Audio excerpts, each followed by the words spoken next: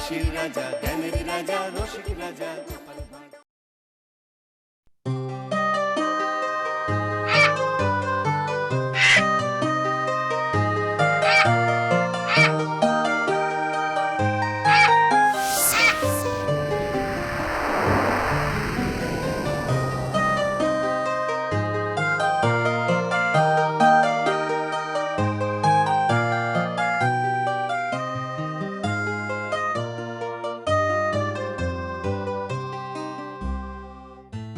কি যে হলো, আকাশে এক টুকরো মেঘ নেই, পুরো দেশটা খরার কবলে। মাঠেতে ধান নেই, পুকুরে জল নেই, প্রজারা খাজনা দেওয়াও বন্ধ করে দিয়েছে। রাজকোষ তো প্রায় শূন্য। তা রাজ জ্যোতিষী, হঠাৎ এরকম পরিস্থিতির কারণটা কি? মানে আপনার গণনা কি বলছে? শনি মহারাজের প্রভাবে বৃহস্পতি দুষ্ট, মঙ্গলের বিধি বাম, তাই রাজ্যব্যাপী অমঙ্গলের প্রভাব। রাহুর কুদৃষ্টিতে ঘোর প্রাকৃতিক বিপর্যয়। তা এসব দুষ্ট গ্রহের কবল থেকে কি মুক্তির কোনো রকম উপায় নেই? গণনায় সেরকম কোনো উপায় এই মুহূর্তে দেখছি না মহারাজ। নবদ্বীপের আকাশে শনি মহারাজের অবস্থান আরো মাস 6। 6 মাস? আগে হ্যাঁ মহারাজ। না না, আপনার গণনায় নিশ্চয়ই কোথাও ভুল হচ্ছে। আপনি আপনি আর একবার ভালো করে গুনে দেখুন তো। দ্বিতীয়বার গণনা নিষ্প্রয়োজন মহারাজ। আমার গণনা অব্যর্থ। মহারাজ, আজ 2 মাস কোনো বেতন পাচ্ছি না, জমানো টাকাও প্রায় শেষ। আমার অবস্থা আরো খারাপ মহারাজ। আগে তবু মহারাজের কাছ থেকে মাঝে মধ্যেই বকশিস টকশিস পেতাম, ইদানিং তাও বন্ধ। না গো গোপাল, না, আমি আমি সত্যি নিরুপায়। এই প্রাকৃতিক বিপর্যয়ে প্রজারাও যে ভীষণ বিপর্যস্ত। ওদের থেকে খাজনা আদায় করাটা এই মুহূর্তে আর আমার পক্ষে সম্ভব নয়। ঠিক আছে, আপনারা আজ বরং আসুন, আমাকে একটু ভাবার সময় দিন।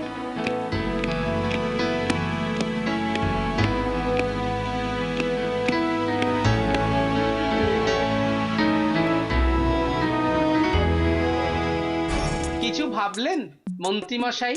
কি ভাবি বলো তো গোপাল? আমার মাথায় কিন্তু একটা মতলব এসেছে। এখন আপনি যদি রাজি থাকেন তো। আমার রাজি থাকা না থাকা নিয়ে কি যায় আসে গোপাল? আসে মন্ত্রী মশাই, আসে। কারণ আমার চিন্তা ভাবনাটা আমাদের দুজনকে নিয়েই কিনা। আমাদের দুজনকে নিয়ে? মানে আমিও তোমার চিন্তা ভাবনার শামিল?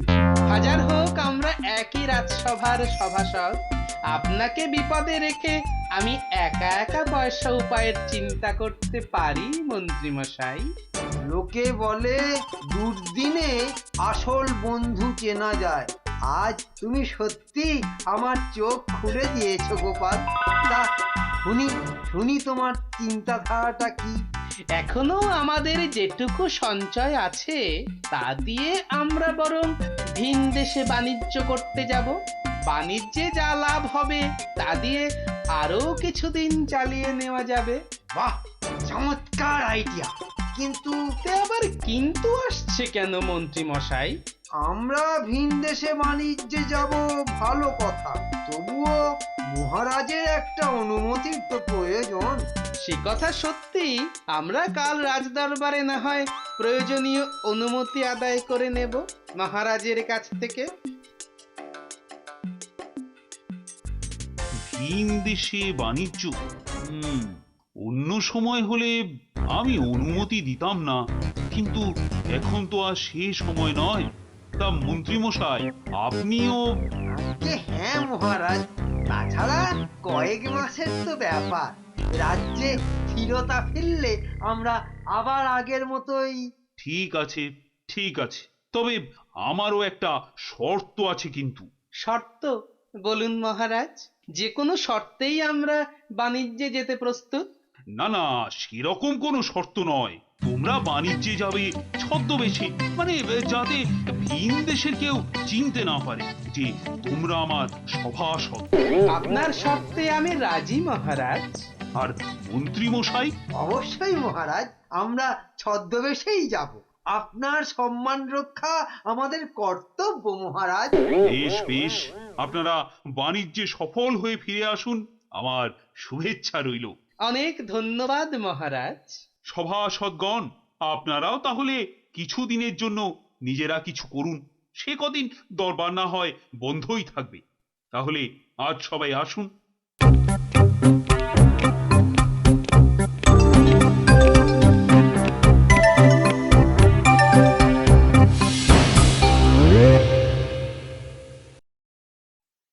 দূর ছাই, এত দেরি করছে কেন?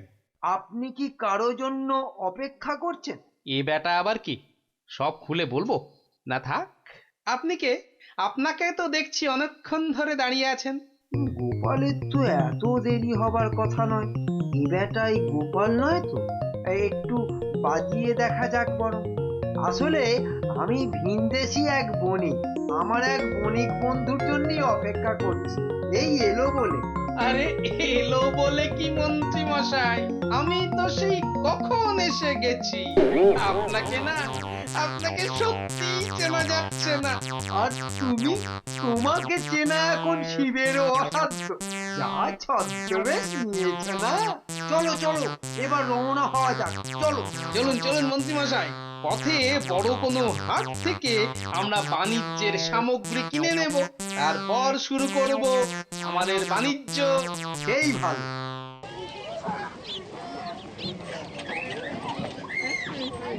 খাওয়া তো অনেক হলো, এবার চলো গোপাল, আমরা বেরিয়ে পড়ি।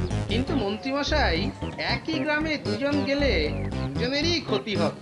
আপনি বরং বাম দিক দিয়ে গিয়ে যে গ্রাম পড়বে সেখান থেকে শুরু করুন, আমি ডান দিকের রাস্তা ধরি। ঠিকই বলেছো গোপাল, কিন্তু আমরা মিলিত হব কিভাবে? আমরা ঠিক 1 মাসের মাথায় এই জায়গায় মিলিত হয়ে নবদ্বীপে ফিরবো, মনে থাকবে? ঠিক 1 মাসের মাথায়।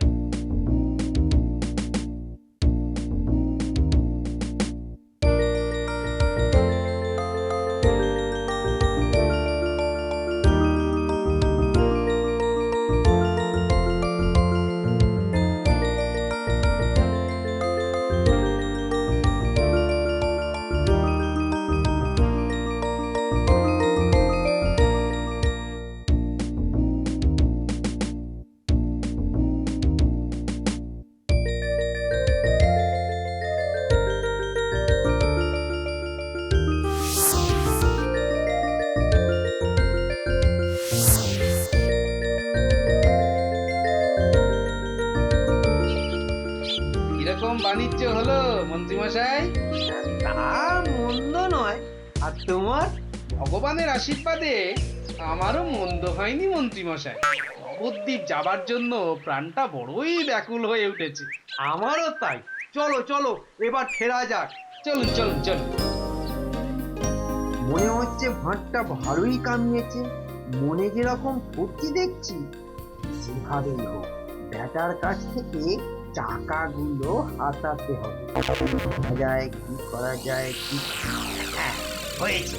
দেখি টোপটা ফেলে মাছ গাঁথে কিনা। শোনো গোপাল, নবদ্বীপের যা অবস্থা, তাতে আমাদের উপায়ের সব টাকা বাড়ি নিয়ে যাওয়া ঠিক হবে না, বুঝেছো? কেন কেন মন্ত্রী মশাই, ঠিক হবে না কেন? এই সামান্য ব্যাপারটা তোমার বোধগম্য হচ্ছে না? হ্যাঁ, কারো ঘরে সুখ নেই, অভাব অনটনে সবাই জর্জরিত। কোনো মতে কেউ যদি জানতে পারে আমরা বাণিজ্য করে টাকা এনেছি, তাতে বাড়িতে যে ডাকাত করবে না তার কোনো নিশ্চয়তা আছে? হ্যাঁ, কথাটা অবশ্য মন্দ বলেননি মন্ত্রী মশাই, কিন্তু উপায় বাকি। একটা উপায় আছে, বুঝেছো? আমরা বরং কদিনের চলবার মতো টাকা পয়সা নিয়ে যাই। কিন্তু বাকি টাকা পয়সা, সেগুলো কি করব? সেটা কোনো গাছের নিচে গর্ত করে পুঁতে রেখে যাব, কেউ জানতে পারবে না, শুধু আমরা দুজন ছাড়া। পরে সময় মতো এসে গর্তের টাকা পয়সা নিয়ে বাড়ি ফেরা যাবে। হ্যাঁ, এই কথাটা কিন্তু মন্দ বলেননি। সত্যি তো, এত কষ্ট করে উপার্জনের টাকা যদি চুরি ডাকাতি হয়ে যায়, না না, চলুন চলুন, কোনো গাছের নিচেই বরং এগুলো লুকিয়ে রেখে যাই। হ্যাঁ, এসো, এই গাছটার নিচে গর্ত খোঁড়া যাক।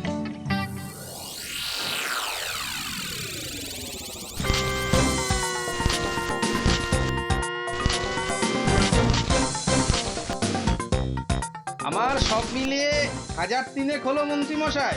বেশ, আমিও ওই 3000ই না হয় রাখছি। দুজনের হিসাব বরাবর রইল, কি বলো? সে তো ঠিকই, হিসেবের জিনিস বরাবর রাখাটাই শ্রেয়। চলুন এবার তাহলে ফেরা যাক। হ্যাঁ হ্যাঁ, চলো চলো।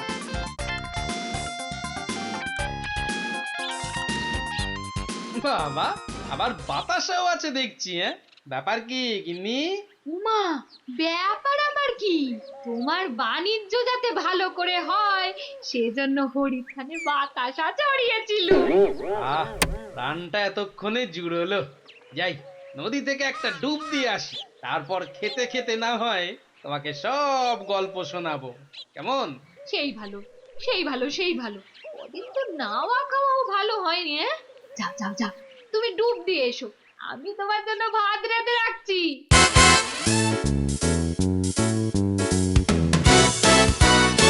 কতদিন যে এরকম খাইনি গিন্নি, কি বলবো। খাও খাও, প্রাণ ভরে খাও। তা বাণিজ্য করে তো ফিরলে, লাভটা হলো কেমন? তা মন্দ নয়, তবে তবে তবে কি? শোনো, মাছ কান যেন না হয়। বুঝেছি বুঝেছি, তোমার কি বুদ্ধি গো। দেখো, কেউ যেন পেট কি না পায়। খেপেছো তুমি? নিজের পায়ে কেউ নিজে কুড়ুল মারে? নাও নাও নাও, এখন খেয়ে দিয়ে শুয়ে পড়ো, কাল ভোর ভোর উঠতে হবে না?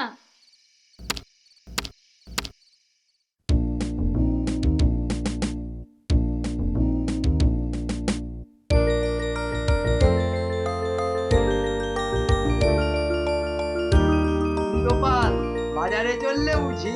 হ্যাঁ মন্ত্রী মশাই, কদিন বাড়ি ছিলাম না তো, তাই। বেশ বেশ। শোনো গোপাল, আমরা আগে যা ভেবেছিলাম তা নয় দেখছি।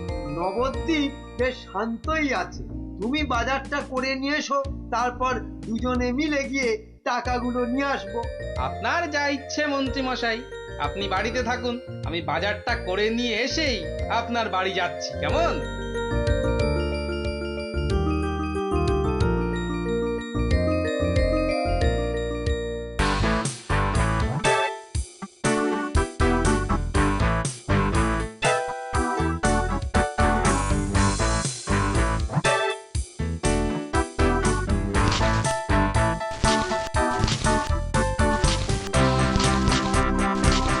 কি, টাকাগুলো উদাও হলো কি করে? আরে তাই তো, কি করে হলো মন্ত্রী মশাই? কি করে হলো? টাকার কথাটা তো শুধু আমরা দুজনেই জানি গোপাল। হ্যাঁ সে কথা সত্যি, কিন্তু এখনো সত্যি কথাটা বলো গোপাল, না হলে আপনি কি আমাকে সন্দেহ করছেন? সন্দেহ করাটা কি অমূলক গোপাল? আপনি বিশ্বাস করুন মন্ত্রী মশাই, আমি তাহলে তুমি সত্যি কথাটা বলবে না, তাই তো? চলো রাজসভায়, মহারাজের কাছে কি করে মিথ্যে বলো দেখছি আমি। বেশ, তাই চলুন।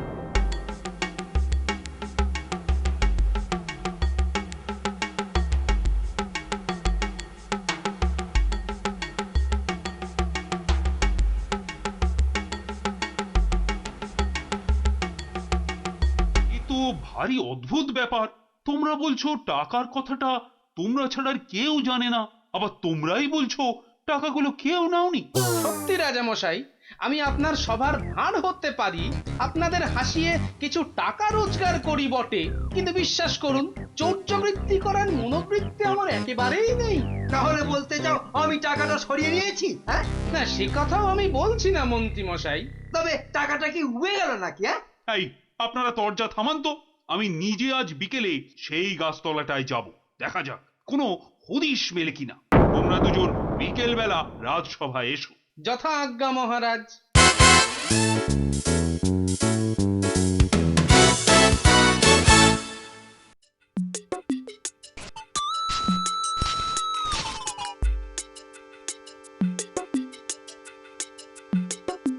কি গো, কি বললেন রাজা মশাই? মহারাজ নিজে আজ বিকালে সেই গাছতলায় যাবেন। সে কি, এখন কি হবে তাহলে? বুঝেছি বুঝেছি, আর কিচ্ছু বলতে হবে না।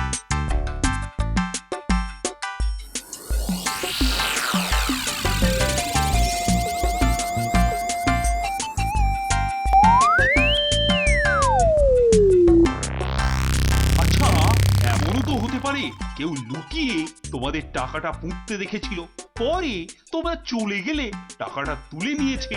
না না না, এ অসম্ভব। আপনি এত জোর দিয়ে কথাটা বলছেন কি করে মহামন্ত্রী?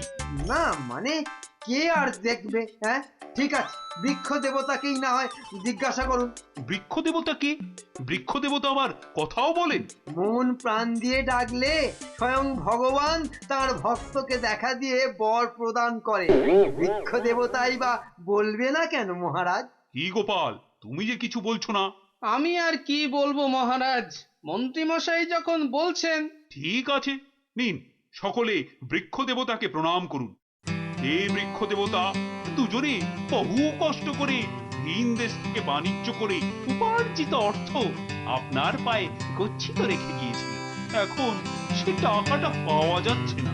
আপনি বলুন, কে নিয়েছে সেই টাকা? বৎস কৃষ্ণচন্দ্র, তোমার ডাকে আমি প্রসন্ন, তাই সাড়া না দিয়ে পারলাম না। টাকাটা সেই রাত্রেই গোপাল এসে তুলে নিয়ে গেছে। ও লোভী! এর এর যোগ্য শাস্তি তোমাকে কিন্তু পেতেই হবে। আরে আরে, মন্ত্রীর হাতে ওই রুমালটা এলো কোত্থেকে? ওটাতেই তো টাকাগুলো বাঁধা ছিল। তবে কি?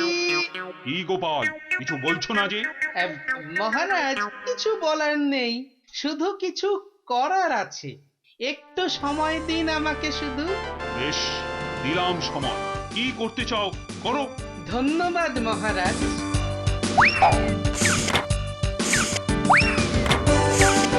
আরে আরে আরে আরে আরে, এ কি করছো? এ কি করছো গোপাল? এ কি করছো? এই গাছকে আজ আমি পুড়িয়ে ছাড়ব। গোপাল গোপাল, লক্ষ্মী ভাইটি আমার, আগুন নেভাও গোপাল। ভাই বোন লক্ষ্মী ভাইটি কিচ্ছু আমার, বুঝি না, আগুন নেভাও। এই গাছ আমি পোড়াবই পোড়াবো। এ কি গোপাল, এ তোমার কেমন বিচার? শেষে তুমি বৃক্ষ দেবতাকে পুড়িয়ে মারতে চাও? আহা, থামো থামো থামো থামো গোপাল। এই আপনার বৃক্ষ দেবতা মহারাজ। সে কি? এ কি? ইনি মন্ত্রীপত্নী মহারাজ। আগে থেকে কোটরে লুকিয়েছিল আমাকে দোষী সাব্যস্ত করতে। তুমি কি করে জানলে? মন্ত্রী মশাইয়ের হাতের রুমালটা সব রহস্যের সমাধান করে দিয়েছে। ওই রুমালটাতেই তো টাকাগুলো বাঁধা ছিল। তাছাড়া গাছ কি কথা বলে মহারাজ? ছি ছি মন্ত্রী মশাই, আপনি আপনি এতটা লোভী? আমায় ক্ষমা করুন মহারাজ, আমার ভুল হয়ে গেছে। না না, কোনো ক্ষমা নয়। কালই আপনি আর আপনার স্ত্রী এই মাঠটায় লাঙল করবে, আর এটাই আপনাদের যথোপযুক্ত শাস্তি। আমি সব কিছু সহ্য করতে পারি, কিন্তু প্রতারণা নয়। পাপ বুদ্ধি কিছুদিনের জন্য সুখে থাকতে পারে, কিন্তু শান্তিতে কোনো মতেই নয়। ধর্মবুদ্ধি চিরকালই শান্তিতে থাকে। সুখ নিজে এসে তাকে ধরা দেয়। জয় মহারাজ কৃষ্ণচন্দ্রের জয়। For more updates, subscribe to our channel, click the show links and enjoy watching the videos.